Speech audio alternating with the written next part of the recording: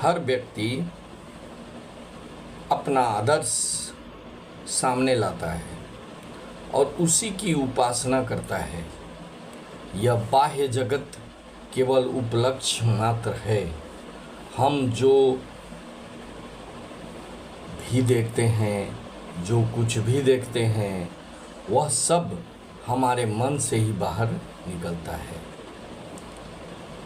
सीप के कीटक के भीतर बालू का एक कण प्रवेश कर जाता है और वह कण उस कीटक को उत्तेजित करता है।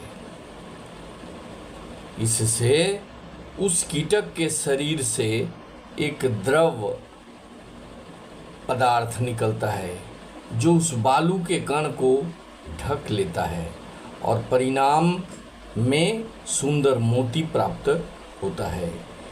यही हम सब पर भी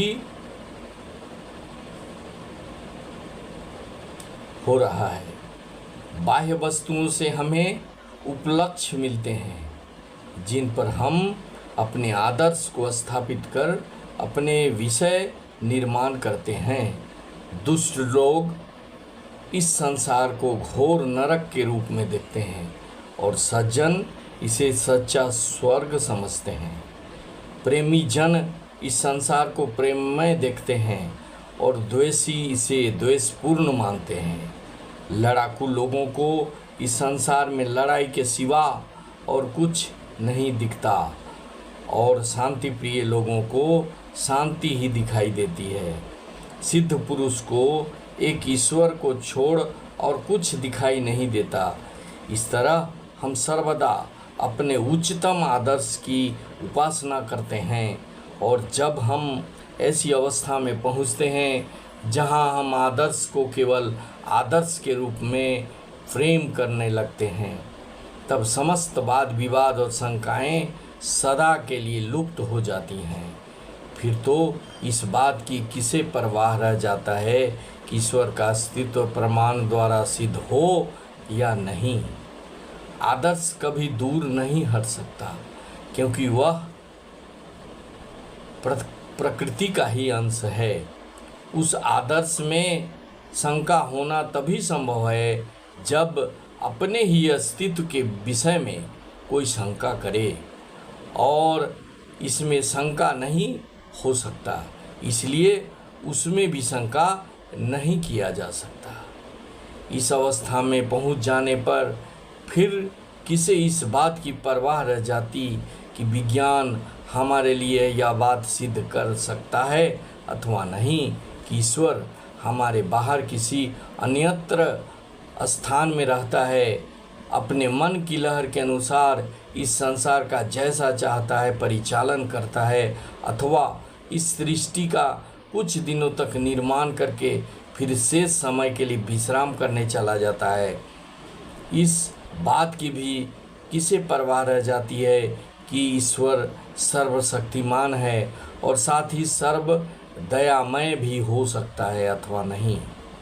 इस बात की भी फिर किसे चिंता रहती है कि ईश्वर मनुष्य के लिए वरदाता है, वर देने वाला है या नहीं। वह हमारी ओर अत्याचारी शासक की दृष्टि से देखता है अथवा एक दयालु सम्राट की दृष्टि से। प्रेमी तो पुरस्कार और दंड, भय और शंका, वैज्ञानिक या अन्य प्रमाण आदि सारी बातों के परे पहुंच गया है। उसके लिए प्रेम का आदर्श ही पर्याप्त है। और क्या यह स्वयं सिद्ध बात नहीं है कि यह संसार इस प्रेम का ही प्रकट रूप है। वह कौन सी वस्तु है जो अणुओं को लाकर अणुओं से मिलाती है, परमाणुओं को परमाणुओं से मिलाती है, बड़े बड़े ग्रहों को आपस में एक दूसरे की ओर आकृष्ट करती है, पुरुष को स्त्री की ओर, स्त्री को पुरुष की ओर, मनुष्य को मनुष्य की ओर, पशुओं को पशुओं की ओर, मानो समस्त संसार एक ही केंद्र की ओर खींचती है। यह वही वस्तु है जिसे हम प्रेम कहते हैं। सबसे छोटे परमाणु से लेकर बड़े से बड़े व्यक्ति उस प्रेम का प्रकाश दिखाई देता है। यह प्रेम सर्वसाक्षी, सर्वव्यापी और सर्वत्र है। चेतन और अचेतन में, व्यष्टि और समष्टि में यही भगवत प्रेम आकर्षक शक्ति के रूप में प्रकट होता है। संसार में यही एक प्रेरक शक्ति है। इसी प्रेम की प्रेरणा से मानव जाति के लिए बड़े बड़े लोग जैसे ईसा मसीह इत्यादि ने प्राणों का उत्सर्ग कर दिया, और बुद्ध एक प्राणी तक के लिए, माता अपनी संतान के लिए और पुरुष स्त्री के लिए, इसी प्रेम की प्रेरणा से मनुष्य अपने देश के लिए प्राण न्यौछावर को करने को तैयार रहते हैं। और आश्चर्य की बात तो यह है कि इसी प्रेम से प्रेरित होकर चोर चोरी तथा हत्यारा हत्या करने जाता है। कारण यह है कि इन स्थानों में भी तत्व तो वही है, यद्यपि उसके प्रकाश में भिन्नता है। संसार में यही तो एक प्रेरक शक्ति है। चोर को स्वर्ण पर प्रेम है, यहाँ भी प्रेम ही है, पर उसकी दिशा गलत है। उसी तरह सभी मनुष्य दुष्कर्मों तथा सभी पुण्य कर्मों में वही शाश्वत प्रेम उसके पीछे है। मान लो एक मनुष्य कहीं दरिद्र को देने के लिए अपना चेक लिख रहा है, और उसी समय उसी कमरे में एक दूसरा मनुष्य अपने मित्र के नाम से जालसाजी करने के लिए तैयार हो रहा है। एक ही दीपक के प्रकाश में दोनों लिख रहे हैं, पर जो उस प्रकाश का जैसा उपयोग करता है उसके लिए वही जिम्मेदार है। वह प्रकाश तो किसी निंदा या स्तुति का पात्र नहीं हो सकता। संसार की यह प्रेरक शक्ति प्रेम और सब वस्तुओं में प्रकाशमान है। इसके बिना संसार भर में चूर्ण होकर नष्ट हो जाएगा क्षण भर में। यह प्रेम ही परमेश्वर है। पति से कोई पत्नी पति के लिए प्रेम नहीं करती, वरन पति में जो आत्मा है उसी के लिए वह पति से प्रेम करती है।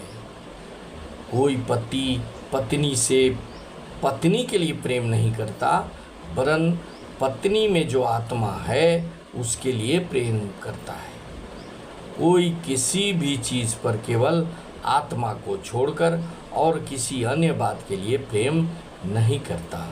यहाँ तक कि इतनी निंद्य स्वार्थपरता भी उसी प्रेम का ही एक रूप है।